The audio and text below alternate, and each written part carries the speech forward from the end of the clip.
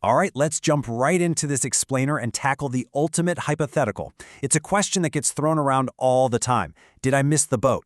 Like, if someone tries to start a content channel entirely from scratch today, with zero existing audience and zero brand recognition, are they just doomed because the competition is too fierce?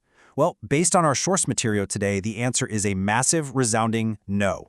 We're going to map out exactly what to do if you woke up tomorrow, found your entire digital footprint wiped out, and had to start completely over from absolute zero.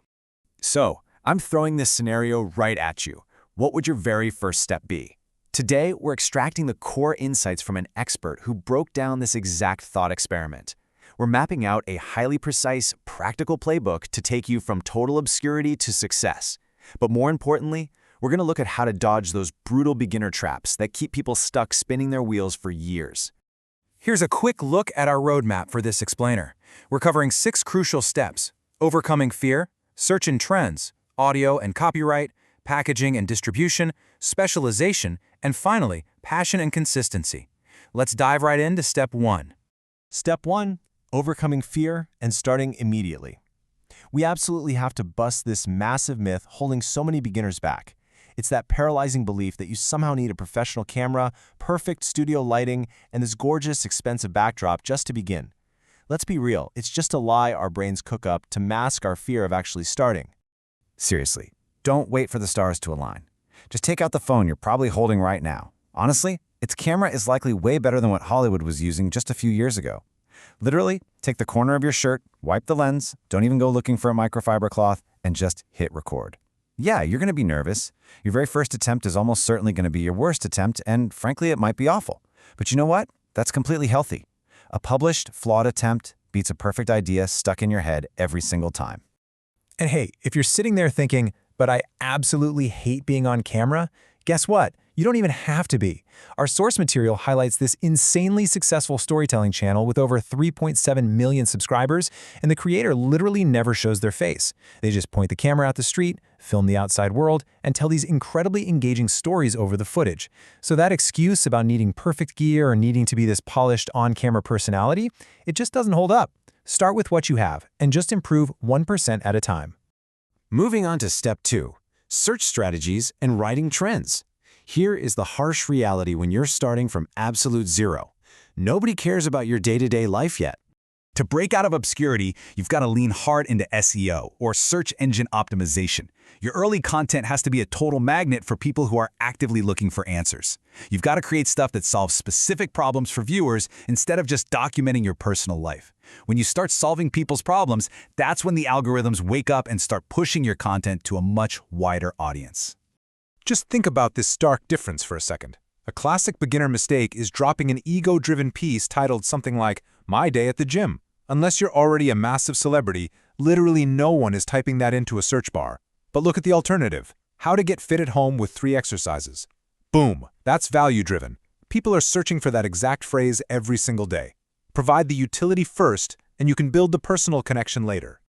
Now, what happens when a massive trend hits? Say a highly anticipated new iPhone drops. The secret to popping off isn't just blindly copying what everyone else is doing. A smart creator takes that massive tidal wave of public interest and dresses it up in the unique clothing of their specific niche. If you're a tech channel, sure, do the camera review. But if you're a business channel, skip the camera and analyze Apple's brilliant pricing strategy. If you're a gaming channel, test how the new chip handles a heavy game like PUBG. You're capturing that massive search traffic, but you're doing it entirely on your own terms. All right, step 3, the importance of audio and copyright. We all obsess over how our visuals look, but let's talk about a fatal technical flaw that most beginners completely ignore. I'm talking about sound quality and having the legal right to actually use it. Human hearing is incredibly sensitive. A viewer might forgive a slightly shaky camera or lighting that's a bit weird, but bad audio? Our ears simply won't tolerate it. Hissing, echoing, muffled voices, they will make people click away instantly. So if you're working with a super tight budget, don't buy a camera. Drop $5 or $10 on a cheap wired microphone, like a Boya M1. It is a tiny investment that instantly makes your content sound infinitely more professional. Believe me, good audio is at least 50% of the viewing experience.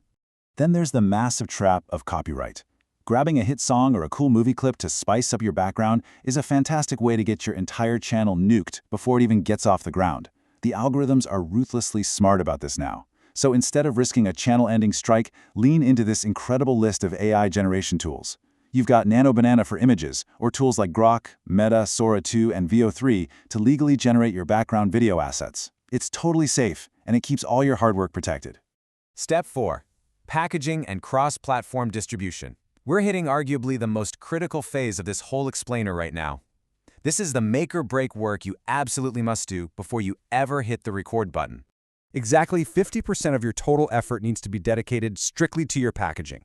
And by packaging, I mean your thumbnail image and your title. It is such a huge mistake to spend days filming and editing, only to slap on a random thrown-together title and a blurry screenshot at the very last second. You've got to design the thumbnail and write the title before the camera even turns on. Think of them as your primary salespeople. Think about it like being a master chef. You could cook the absolute greatest, most delicious meal on the planet, but if you slop it onto a dirty, cheap plastic plate, nobody is going to want to eat it. Your actual content is the food. The thumbnail and title, that's your presentation. If the presentation isn't appetizing, nobody will ever stick around long enough to discover the genius of your content. Furthermore, once you've got that perfectly packaged content, you cannot just drop it on one platform and pray. You've got to distribute your work broadly across all the major social networks. Honestly, whether you personally like using the app or not doesn't even matter. Push your content to YouTube, Facebook, Instagram, TikTok, and Snapchat simultaneously. By casting a massive net, a viral hit on just one platform can cross-pollinate, driving huge traffic and awareness to all your other channels. Okay, step 5. Specialization is your path to professionalism. Let's dig into why trying to appeal to absolutely everyone is a guaranteed way to appeal to literally no one. Being a jack of all trades sounds fun in theory, but it will confuse the algorithms and completely stunt your growth. Here is exactly what goes down when you don't pick a niche. Let's say you post about religious history on Monday, drop a baking tutorial on Wednesday, and then do a gaming stream on Friday. The algorithm completely breaks. It has zero clue who to serve your content to, and worse, the person who's subscribed for your baking tips is going to completely ignore your gaming stream. You end up with these massive view disparities, and you lose trust and authority along the way. Now, this doesn't mean you're locked in a creative cage. You can absolutely experiment to see what hits with your audience, but it has to remain within your overarching area of expertise. Think of it like staying inside your own stadium. For instance, if you run a cooking channel, you can totally test content on baked goods versus healthy juices to see what spikes your views. Once you find that thread, absolutely pull it. Just make sure you keep it within the stadium of food. Finally, step 6, passion and consistency over profits. Let's talk about the psychological fuel you're going to need to survive the absolute hardest part of this journey. All the strategy in the world is useless if you don't have the endurance to see it through.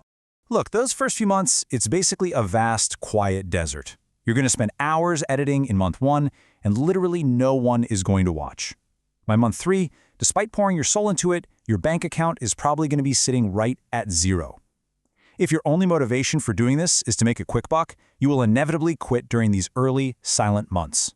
It's just human nature to jump ship when you aren't seeing an immediate financial reward.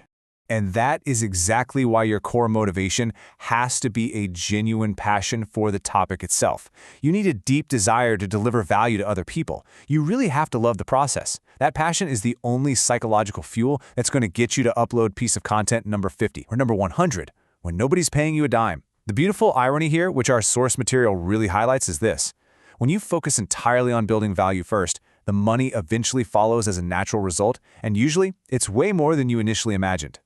So we've walked through the whole blueprint, from hacking search to dialing in your packaging, all the way to surviving that brutal early desert phase. So I'm going to leave you with this one vital question to chew on as we wrap up this explainer. Knowing that you don't need some fancy studio, knowing that your first attempt is supposed to be awful, what is actually stopping you from wiping that camera lens with your shirt and starting right now? Stop waiting for the perfect moment to happen and go out and create it.